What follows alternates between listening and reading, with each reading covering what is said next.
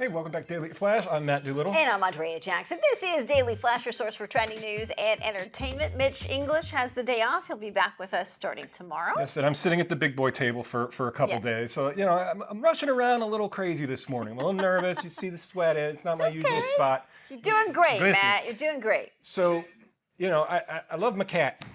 Love my cat. But he decided to leave me a present where usually there ain't presents this morning. And in the dark at 4 in the morning, as I'm getting in there trying to get ready, squidish. Barefoot or sock? Oh, barefoot. Oh. And I just went, what the? And he threw up. And it took me an extra like 30 minutes. I didn't want to wake up my wife because she has a big person job. So I would let her sleep. And it's 4 a.m. and I'm running around cleaning this up, making sure he's all right, keeping the other cat away because the other cat wants to come investigate this. And it was like a morning because I like to get here early, get settled, go through everything, and it just and then the traffic getting here changes, and it was a crazy morning. So this was a true Monday morning for you. It was a proper Monday present from my beloved Kiki. Thanks, buddy. Well, you're lucky that you discovered it early on. Yes. Sometimes, and I've heard this happen. You know those robotic vacuum cleaners. Yep. You know, if a pet has an that's accident happened. in the house. Have you heard about this? So people with dogs usually don't have those in their house because if it picks up on a little bit of it will spread it everywhere. Yeah, some of those videos online, some of those TikToks are great. And then that robotic vacuum is done. No, it's done. It's like once something happens to that, you're just never going to get it. You're never going to clean it out. There's no coming back from that. Yeah.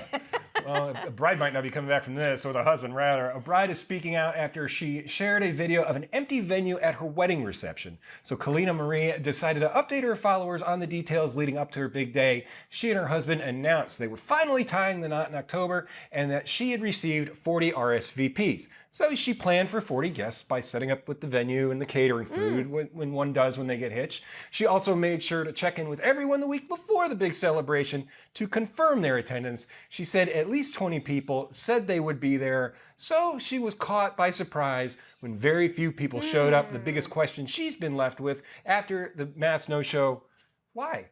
To which I say, what did you say? There's something there that got lost in communication. That's a fair question. When 20 people don't show up. Yes. Well, I mean, again, skeptic in me says, was she doing this for attention? Was this really an issue, or was this kind of made up for attention on I don't think anybody took him serious. He's not even a tuxedo. It's true. His shirt. It's true. I could have been at the wedding.